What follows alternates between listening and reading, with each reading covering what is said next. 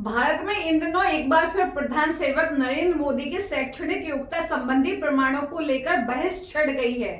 दरअसल आज हम बात करेंगे 2005 में लाए गए सूचना का अधिकार अधिनियम की, यानी राइट टू इंफॉर्मेशन एक्ट की, क्योंकि ताजा मामला इसी अधिनियम की लाइट में प्रधानमंत्री की एजुकेशन क्वालिफिकेशन को जानने, परखने, देखने, निरीक्षण करने से सीधे तौर पर जुड़ा हुआ है। आज का यह वीडियो इसलिए भी महत्वपूर्ण है क्योंकि दिल्ली उच्च न्यायालय के सामने यह प्रश्न विचाराधीन है कि देश के सबसे शक्ति संपन्न सर्वोच्च पद प्रधानमंत्री की शैक्षणिक योग्यता के किए गए दावों को सूचना अधिकार अधिनियम के तहत क्या कोई नागरिक परख सकता है।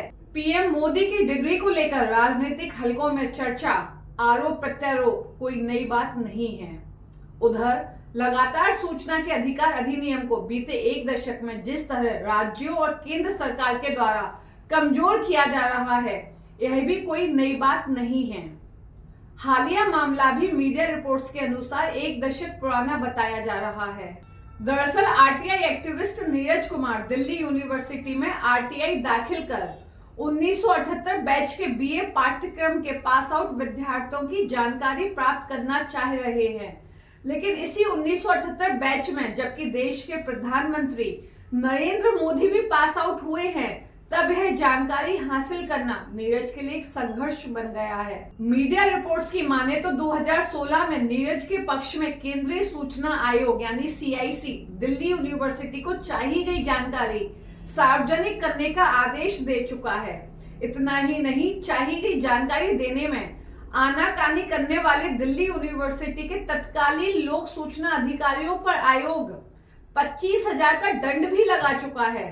लेकिन सवाल उठता है कि जब यह जानकारी प्रधानमंत्री नरेंद्र मोदी से जुड़ी हो और किन्हीं अज्ञात कारणों के चलते दिल्ली यूनिवर्सिटी जानकारी सार्वजनिक करने से बचना चाहती हो, तब यह मामूली जानकारी या यह कहें पब्लिक डोमेन में मौजूद जानकारी का परीक्षण करना, निरीक्षण करना, उसकी तह तक जाना और सत्यता तक पहुंचना ना जाने क्यों इतना मुश्किल बनाया जा रहा है।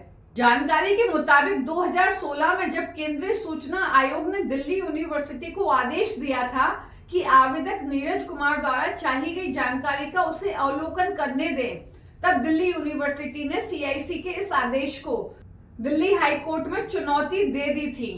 मजे की बात देखिए, दिल्ली हाईकोर्ट ने 2017 में सीआईसी का वह आदेश जिसमें जानकारी निरीक्षण करने को कहा था, उस पर रोक लगा दी थी। 2017 से लगी इस रोक के मामले में कल 13 जनवरी 2025 को दिल्ली हाईकोर्ट में एक अहम सुनवाई हुई।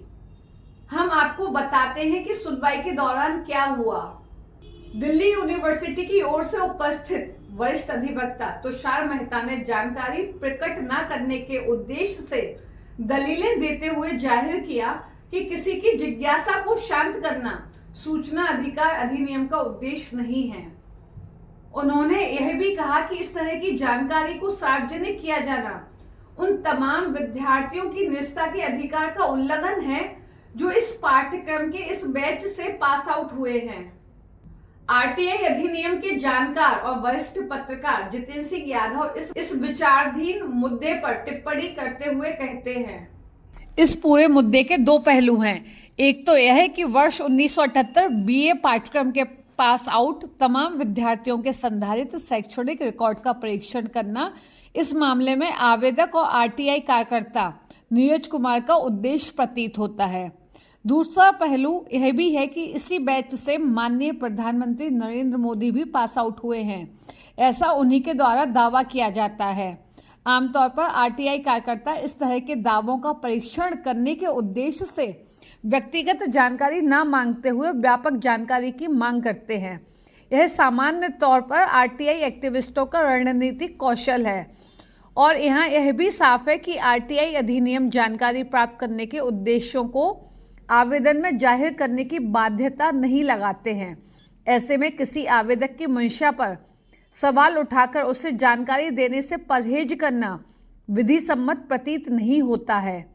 यहाँ 2016 में सीआईसी ने भी मेरे ख्याल में यही आधार बनाया होगा। वरिष्ठ पत्रकार जितेंद्र सिंह यादव आगे कहते हैं, अगर एक प्रधानमंत्री की डिग्री को सार्वजनिक करने में इतना संघर्ष है तो यह आरटीआई कानून के प्रभावी कार्यान्वयन पर सवाल खड़े करता है। जनता को यह जानने का अधिकार है कि उनके नेता ने क्या शिक्षा हासिल की है, क्योंकि यह उनके विश्वास और नेतृत्व क्षमता का हिस्सा है। देखिए, अब चूंकि मामला माननीय न्यायालय के समक्ष विचाराधीन है, अतः इस मामले में बड़ा सवाल यह है कि सार्वजनिक पद पर बैठे व्यक्ति के बारे में कितनी जानकारी सार्वजनिक होनी चाहिए। लोकतंत्र में पारदर्शिता आवश्यक है और सार्वजनिक सर्वोच्च पदों पर आसीन व्यक्तियों को तो ऐसे मामलों में स्वतः ही जानकारी सार्वजनिक कर आदर्श उदाहरण पेश करना चाहिए। अदालत का निर्णय इस बात पर प्रभाव डाल सकता है कि भविष्य में आरटीआई का दायरा क्या होगा।